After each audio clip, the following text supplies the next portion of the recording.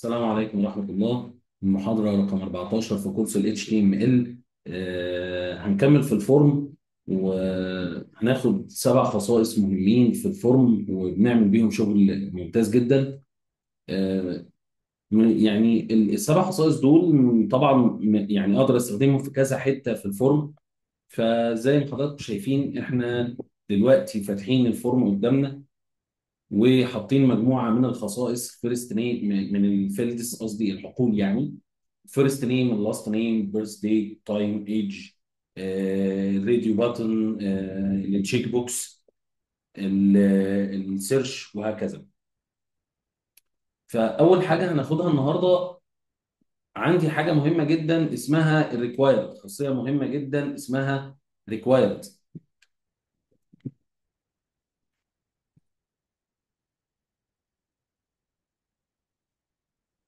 خاصيه الريكوايرد بتعمل حاجه مهمه جدا. انا دلوقتي جيت عملت ريكوايرد على الحقل بتاع الفيرست نيم اللي هو الحقل ده.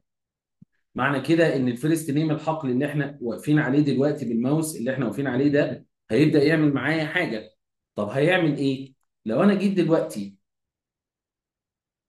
عملت لوجن كده، هتلاحظ ان هنا راح مطلع لك رساله بيقول لك بليز فيل اوت ذيس فيلد. بليز فيل اوت ذيس فيلد معناها ان انا ما اقدرش اسيب الحقل ده فاضي، لازم ادخل قيمه، لازم ادخل اي قيمه جواه على حسب طبعا نوعه، هو تكست ولا نمبر ولا ايه بالظبط. طب لو انا جيت عملت الريكوايرد هنا وما عملتهاش في الباقي، يبقى الباقي كله لما هاجي اعمل لوجن هيبدا ينتقل على الصفحه اللي بعد كده من غير ما يعمل اي مشكله معايا. طب امتى بيديني رساله الريكوايرد؟ لما انا اكون حاطط الريكوايرد، معنى كده ان انا لو حبيت اعملها على اكتر من حقل لازم اكتبها في اكتر من حقل في المكان اللي انا عايزه، وهكذا بقى في بيك في الايه في الباقيين. كده كده انا عملت 3 ريكوايرد. يبقى انا لو انا جيت مليت الاولانيه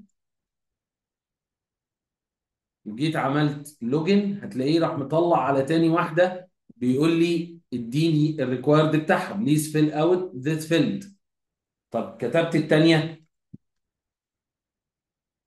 وجينا عملنا لوجن، هتلاقيه راح مطلع لي على الثالثه بليز فيل اوت ذيس فيلد، يعني دخل قيمه في الفيلد ده.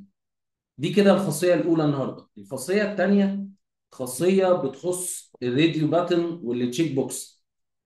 خاصيه للراديو باتن والتشيك بوكس اللي هم الميل، اللي هم زي دول كده او زي دول. اللي هي خاصيه ايه؟ ان انا اجي في الانبوت بتاع الراديو واقول له تشيكد. تشيكد هتلاقيه تلقائيا بيعمل لي تشيكد على واحده من القيم اللي عندي، واحده من الراديو باتون اللي عندي، وهو هنا انا عملتها على الميل فواقف على الميل. طب لو انا خدتها حطيتها على الفيميل، لو انا خدتها حطيتها على الفيميل هنلاحظ ان هنا الفيميل اصبحت هي اللي بشكل افتراضي بيتعمل عليها تشيكد. طب انا ينفع اغير بعد كده؟ ينفع عادي. هي مجرد ان انا بدي قيمه افتراضيه، بخليه ياخد قيمه افتراضيه. وطبعا اللي تشيك دي ما ينفعش تتحط عليهم هما الاثنين لان ده راديو بطن، يعني اعملها على وعي على دي على دي. ممكن اعمل اللي تشيك في اللي تشيك بوكس برضه. التشيك دي كده فنلاحظ ان بوضع افتراضي هو واقف على اللي تشيك، لكن هنا اقدر اعمل اللي تشيك ده على اكتر من واحده، لان اللي تشيك بوكس بيديني الامكانيه ان انا اختار اكتر من قيمه على عكس الراديو بطن. الخاصيه الثالثه معانا هي خاصيه الديسيبل. زي ده كده، نعمل مثلا هنا عند حقل الايدج ده، هعمل مثلا كده disable. لما عملنا disable هنلاحظ ان حقل الايدج اصبح ما ينفعش ان انا اكتب فيه. طب هو هنا ما ينفعش ان انا اكتب فيه، ده بيديني ايه؟ ده بنعمله لما بيبقى عندي حاجه افتراضيه. يعني ايه حاجه افتراضيه؟ يعني مثلا افترضنا ان انا بعمل قاعده بيانات لمدرسه مثلا بنين، يعني كلها ذكور، فالجندر عندي هيبقى ميل، فممكن اعمل في الحاله دي حاجه زي كده.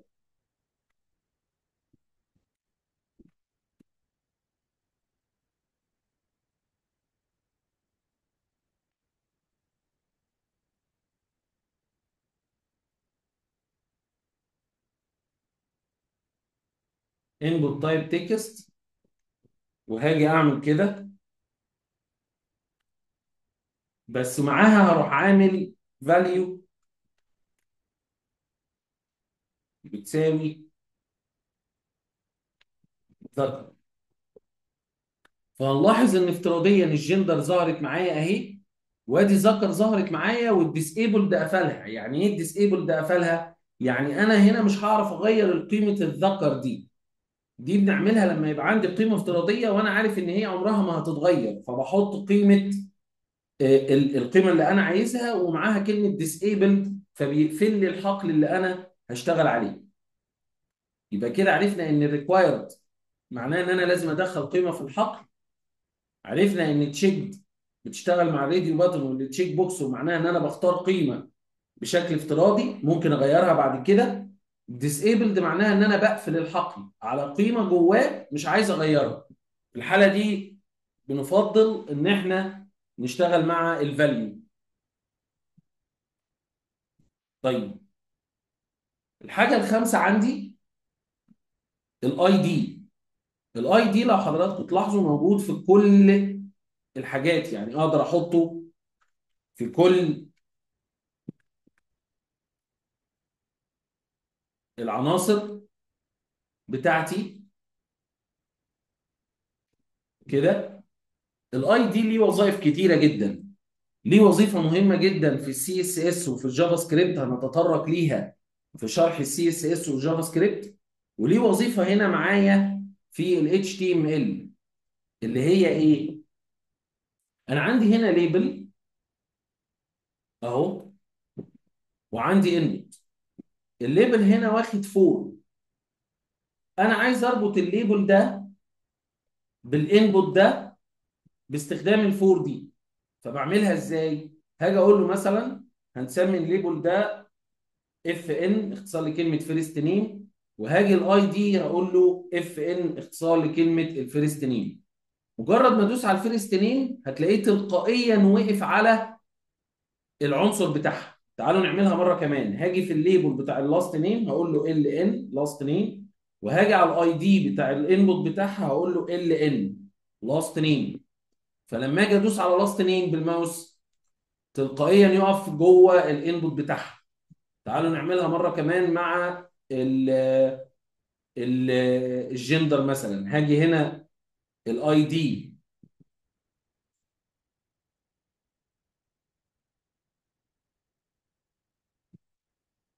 ميل، وهاجي هنا في الاي دي هقول له فيميل.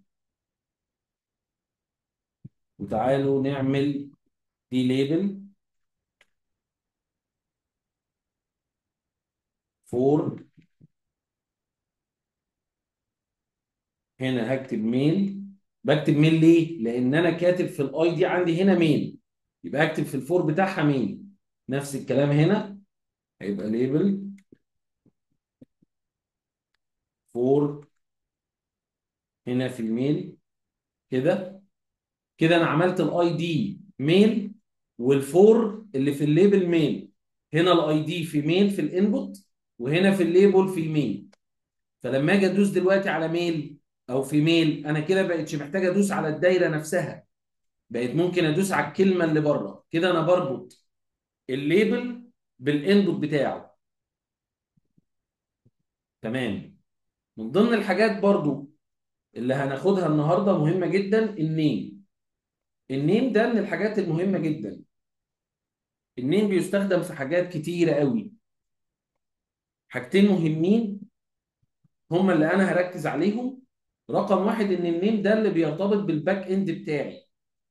يعني انا لو النيم ده مش عارفه صح ومش مظبطه مع الباك اند بتاعي، الفرونت اند هيبوظ، اللي هو الاتش تي ام ال والسي اس اس والجافا سكريبت بتاعي هيبوظ.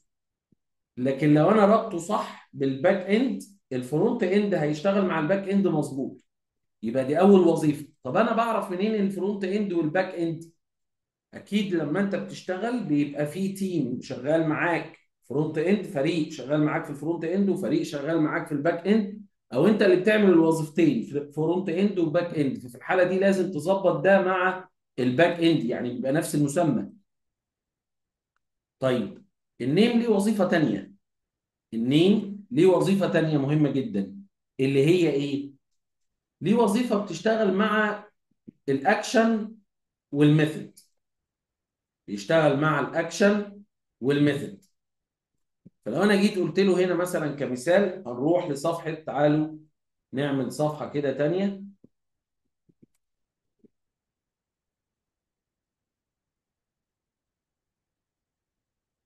عملنا صفحه HTML كده اهو. كده انا عامل صفحه اسمها كونتاكت، فيها اكواد بسيطه خالص. وتعالوا نعمل فيها H1 وهنقول هنا كونتاكت اس. دلوقتي انا عامل صفحه اسمها كونتاكت دوت اتش تي ام ال، كاتب فيها كونتاكت اس. هنا بقى هنبدا ناخد بالنا الاكشن والميثود والنيم بيعملوا ايه مع بعض. تعالوا نحط هنا بقى نيم، وهنكتب هنا كده فيرست نيم. ايه الفيرست نيم دي؟ اللي هو الفيرست نيم ان انا هشتغل على ده، يعني على العنصر ده. هاجي هنا في الفيرست نيم، ونخلي بالنا بقى ان المنظومه دي ثلاث حاجات بيشتغلوا مع بعض. هاجي اقول له الاكشن، انا عايز اروح لصفحه الكونتاكت دوت اتش تي ام ال، عايز اروح للصفحه دي. يبقى انا دلوقتي الفورم بتاعي لما هيبعت البيانات، هيبعت البيانات لصفحه الكونتاكت دوت اتش تي ام ال. هيبعت البيانات لصفحه الكونتاكت دوت اتش تي ام ال. طيب الميثود جيت، النيم فيرست نيم. تعالوا بقى دلوقتي هنبص على ده ونشوف هيحصل ايه. هاجي دلوقتي اكتب هنا اهو كود فيرس، تعالوا نختار اي قيمه كده، وهاجي هنا ادوس لوجن. بصوا كده معايا فوق حصل ايه. انا انتقلت لصفحه الكونتاكت قصه اهي. فهو بيقول لي هنا في المسار بتاعي انت رحت لصفحه الكونتاكت دوت اتش تي ام ال، علامه استفهام بيسموها الكويري سترينج. الفيرست نيم، الفيرست نيم ده جه منين؟ جه من كلمه نيم دي. تعالوا نعملها تاني اهو. هنسميه هنا كده الاسم الاول. تعالوا نرجع، هندخل اي قيم وهعمل لوجن اهو. انت رحت لصفحه الكونتاكت دوت اتش تي ام ال، الاسم الاول اهي. الاسم الاول دي جت منين؟ جت من الحته دي. طب علامه الزائد دي جت منين؟ علامه الزائد دي جت من المسافه اللي انا خدتها هنا ده. يعني انا لو لغيت المسافه دي كده، طبعا هو مش صح ان احنا نلغي المسافه، بس خلونا ايه نعملها. لوجن، ريفريش اهو، لوجن. هتلاقي ادي الاسم الاول وعلامه الزائد راحت. طب بعد الاسم الاول تعالوا نكبر الصفحه. بعد الاسم الاول هنلاقي كلمه كود فيرس اهي. بعد كده الجندر، بعد كده سبورت، بعد كده بقيه الحاجات. يبقى الكلام اللي بيجي من هنا ده بيجي منين؟ بيجي من النيم اللي مكتوب عندي دي. يبقى انا النيم دي لو انا مش كاتبها صح، الكلام اللي هيجي هنا هيجي غلط. طب نرجعها بقى كده اهو. فيرست نيم، تعالوا نرجع ندخل قيم تاني. لوجن اهو، راح لصفحه الكونتاكت دوت اتش تي ام ال.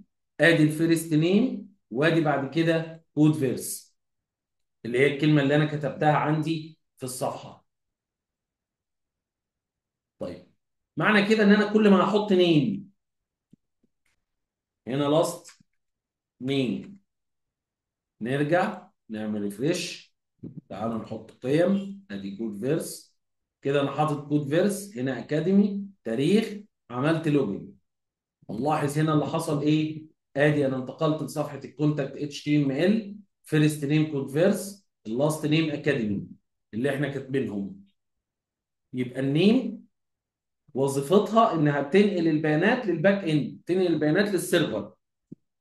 لازم يشتغل معاها الاكشن، الصفحه اللي انا هروح لها. لازم ابقى رايح لصفحه، ما ينفعش ما اروحش لصفحه. طب بالنسبه للجيت، هي اللي بتخلي البيانات تظهر فوق هنا كده. هي اللي بتخلي البيانات تظهر فوق، دي بيسموها الميثود. طب افرض ان انا بدل جيت عملت بوست. بدل جيت عملت بوست، ونعمل ريفرش وتعالوا ندخل بيانات تاني. دخلنا البيانات فيرست نيم ولاست نيم وبيرث ديت، ودوسنا لوجن. هنلاحظ ان هو راح لصفحه الكونتاكت دوت اتش تي ام ال وبقيه البيانات مش جايه. ليه بقيه البيانات مش جايه؟ لان انا عملت بوست.